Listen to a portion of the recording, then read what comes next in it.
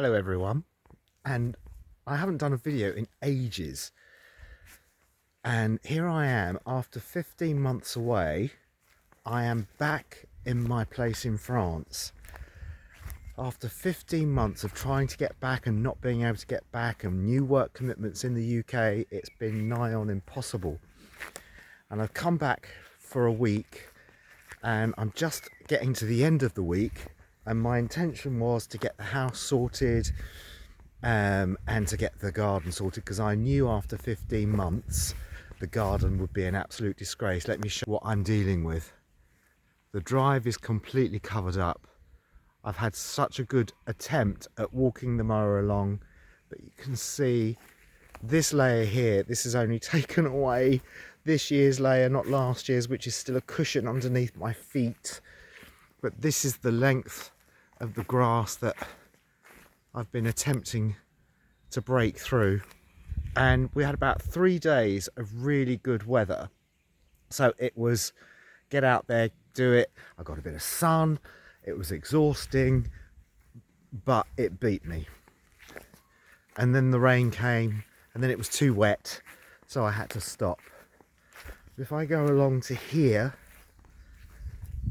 I had to cut my way in. When I arrived on Wednesday, I had to cut my way in to the entrance of the driveway because there was just no way the car was going through there.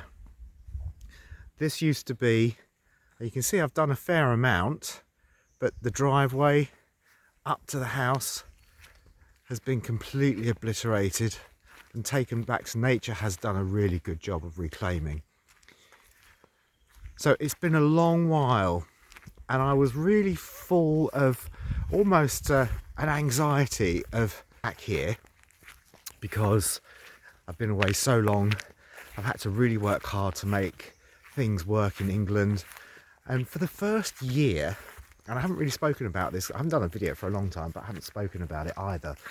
For the first year, it was a really sort of unsettling experience, discombobulated. I wanted to come back to France. You can see there, it's just completely overgrown, and I've given up. Give up, the weather forced me to give up, otherwise I probably would have carried on doing some more. I was full of anxiety because of what I had to do in order to facilitate the move back to England. You all know my love of my animals, and I had to rehome all of my cats, which was an absolute tragedy, but something I had to give in order to move. So you're coming up to the drive, and so the house is almost completely hidden. I've got some things to show you in the house, but anyway, my parents, just before I came, I wonder how I'm going to feel, because all of my memories are in the house. The house that I live in England, I've only lived in for just over a year. I don't have any memories there. All of my memories are here. And I was worried that they would sort of engulf me. Again, which I have managed to reclaim a fair amount of the terrace during the week. So at least I've been able to sit on a chair out here. But I came back to the house and walked in. First of all, I was looking for any cats. I was like, please don't let me see the cats. Please don't let the cats, because there were a couple of cats that I had to leave in the wild because they preferred to live outside rather than be inside. And I was like, please let them have moved on. And thank goodness, whatever's gone on, they have moved on. I haven't seen a cat since I've been here. I arrived to have no electricity and no water. And I couldn't understand the electricity bit until yesterday.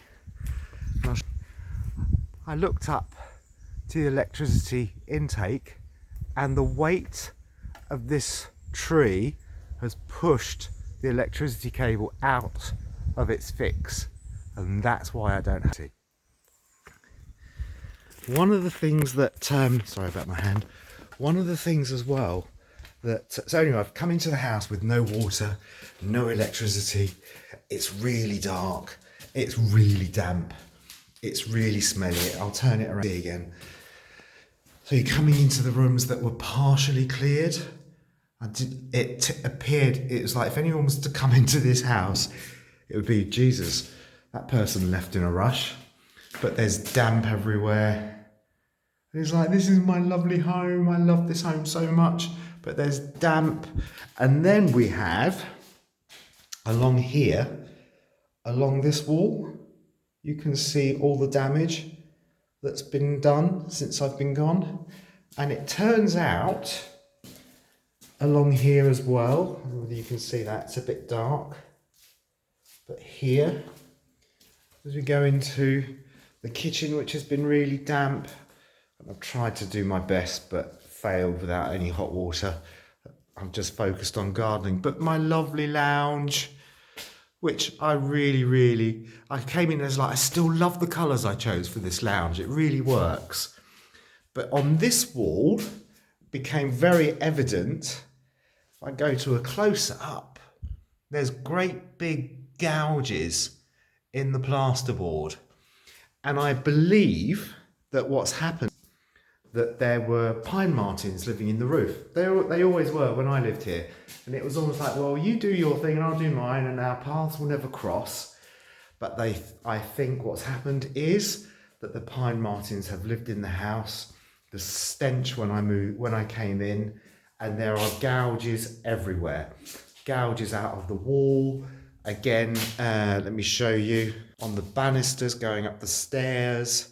That's all been gouged. I can't, if it gets dark, yeah, it's going to be too dark upstairs. I can't show you that. But this is the one chair that was decent enough to sit on. I've had to sleep in my old bedroom, which I love, but with no electricity, so it's been a bit spooky staying here. Fortunately, for the last couple of nights, I've been able to stay with some friends. My birthday, so I was able to go out and have a birthday treat for a couple of days, which I really needed. So coming back to France, I walked into this house and I decided, my mind, my heart just spoke to me and said, it's a ghost house. Lovely ghosts, but this house was so full of love, so busy with all the animals, so full of life, and now it's like, it's still my house, but it's certainly not my home. It's a ghost house. And so I'd intended to get everything done this week, to have the diagnostics done, to have an estate agent up to come and view and to give me a valuation. I haven't done any of that because I had to focus on trying to get the garden down. I've now had to employ a gardener who's going to crack on while I'm not here, and I've got to come back in a few weeks' time to really get the inside presentable enough so that I can get a valuation to sell. Because it turns out that escaping from rural France, which was what my channel was all about to begin with, and I had to remember the reasons why I wanted to leave France, and coming back, it's slightly confusing, but I did escape from rural France. I'm back here now. It's been really lovely to be back, but I'm now really looking forward to going back home where my dogs are, because I didn't bring my dogs with me this time. So that's it. I will try and do some more, but it's a very quick video of having escaped from rural France and come back. I've got lots more to talk about. So once I start doing some more videos, and I'll be back in England, I'll be able to sort of start getting sorted.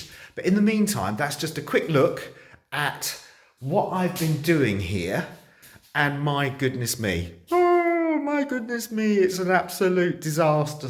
It's a disaster zone. So the sooner someone else buys the house and puts their loving stamp on it, the better, because even though it looks an absolute tip and a mess and it's smelly, it is still a beautiful house. And when I was in for 12 years and was absolutely so comfortable and happy here, I mean, look at the beams, look at the space. It's just a beautiful house. If anybody wants to buy the house, do drop me a line and we can talk finances. But in the meantime, it's been an interesting week. I'm exhausted. I'm a little bit hungover because I've had 2 days of birthday celebrations. And I'm just on my way to catch up with another couple of friends and a very early night before I begin the 2-day journey home tomorrow. Wish everyone well, and I'll speak to you all soon.